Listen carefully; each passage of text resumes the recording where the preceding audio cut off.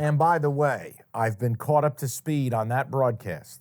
Gus Johnson, Gus Johnson should be fired. I thought of you when he had Sharon on, or Not who's got it better than us? Hey, listen, you want to be a fan on your Do own? you see they gave him the little swag bag and he had the cup?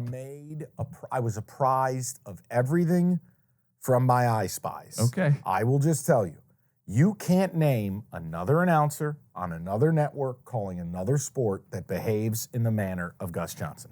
You can't. You can't. He has jumped the shark. There was a time where you and I both loved a Gus Johnson call. Now, he's on the Mount Rushmore of pieces of shit. Gus Johnson is a piece of human shit. And he should never, ever, you're just saying it because you're a State fan. No. You're goddamn right, you motherfuckers. I'd like to give you more credit than that. Gus Johnson. Think about this. Troy Aikman played for the Dallas Cowboys. Yep. Gave his body. Retired from the game because his concussions were just life-threatening. You don't know that Troy Aikman played for the Dallas Cowboys. Jay Billis went to Duke. Jay Billis is a goddamn professional. I have never walked away from a game and gone, there he is dangling K's balls on national TV. No. Give you another example. Never have. Mike Tirico, from the state, lives in the state. When he called the Lions game to start the year, Lions fans were mad at him because they didn't think he was nice enough. And I didn't like the asterisk comment, but the bottom line is he's a pro's pro. I make a point. You want to be a fan on your own time. I don't get to tell you what to do. Right, but when you show up to work and you are in that role, and by the way, call the game neutral. Holding up the national title. I like the asterisks they put on the glass. And he said, here, Jimmy. And Jim Jackson looks so uncomfortable. Yeah. Jimmy Jackson is kind of like, can I call the game now? Can we just do this? And by the way, have you ever seen two people aging in opposite directions? Jim Jackson just gets better looking and younger. Looks sharp. Gus Johnson looks like 83 years old. Seriously, Gus Johnson looks like he's 70 years old.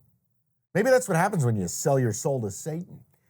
He's garbage. And I'll tell you right now, there's no other fan base in the Big Ten that appreciates that. No. So you can't make this an MSU thing. It was a couple weeks ago, they were playing Ohio State. They let Jalen Rose on the air for 30 minutes and just openly lie about Juwan Howard. Yeah. And at one point, they're showing the interview and not the game. You heard a roar in the background, and you're like, what did I miss? That's what happened this week. I know you weren't dialed in, you're on vacation. While Sharon Moore is doing the interview hit, you wouldn't know a basketball game was going on. And I get it, it's on TV, but you got to at least try to keep up with the game, tell the story. There was a time Gus was at the top of the sport. You loved when Gus was on a call maybe, no issue with 15 years ago? This has now gotten to a point, and this is my issue with whether it's TV news or sports. It's Joel Klatt, same thing. I don't need you to sell me an agenda. Call the game.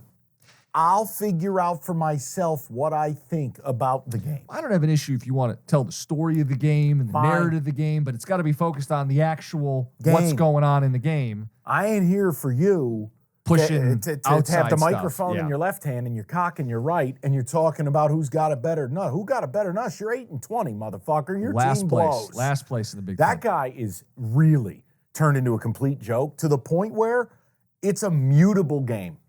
Think about that. You know what? I just had me an idea. Yeah? We got to do the mute index. Oh, announcers, we should come up with the broadcasters. top 10 most mutable broadcasters that when you see they're on your game, you're just hitting the button. Better off that way. Gus Johnson has made me like Joe Buck. That's how bad he is. Well, I think Joe Buck's had a bit of a renaissance himself. He's learned to laugh at himself. This isn't the early Joe Buck, a disgusting act. Oh. Now he laughs at that. He can't believe he said that. You know, I mean, like you grow up a little bit, you mellow out a little bit. Yes. Before we move on, MSU. I was telling you when we did the trust index, keep an eye, because they're on the fringe of the top 25, O&D. Okay. They've got multiple guards. Malik Hall playing well. Now, I'm not trying to do revisionist history because they beat Michigan and Penn State. Yeah, I was going to say. I'm just telling you, 5 of 6, winnable games, heating up, going to March. You don't have to buy back in. I don't care. You're a fan your way. I'll root for the team. I mean, I love these people who think because you have an opinion, you're rooting against your team. Like, what are you, a crackhead? But, Jim, they're bad.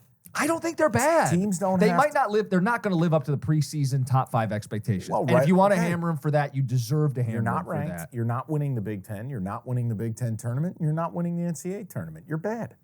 You accomplished nothing. See yourself out. Here's your bill. 15% gratuity was attached to it.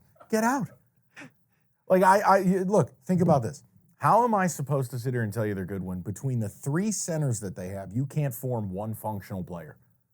No, but the way, Mike, I think this is what it is. The way you talk about them, you would think they were 9-17, not 17-9. Okay, because the way I speak of them is I have an expectation of Duke, North Carolina, Kansas, Kentucky.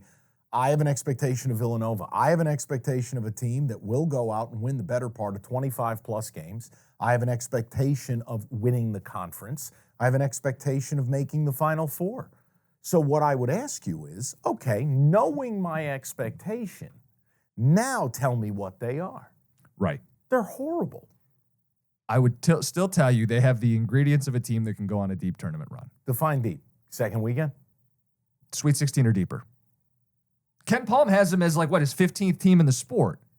I will take all the action you want. Well, I want to see where their bracket is. You know how this works.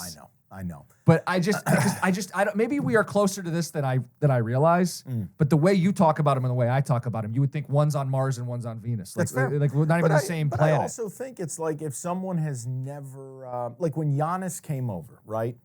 And he had his first smoothie. He goes, "Oh my God, America, greatest nation I remember ever. that. I love smoothies." To us, it's just like that does not make the top 10,000 things to eat. For Giannis, it was amazing. For me, I am approaching Sweet 16 is not enough. I get it. I'm not telling you to be happy with Sweet 16s given the cachet the programs have. I just have a big issue that generally on a night-in, night-out basis, I'm jealous of a lot of teams' other rosters. And that number ain't 4 or 5 teams. That number's like 30 teams.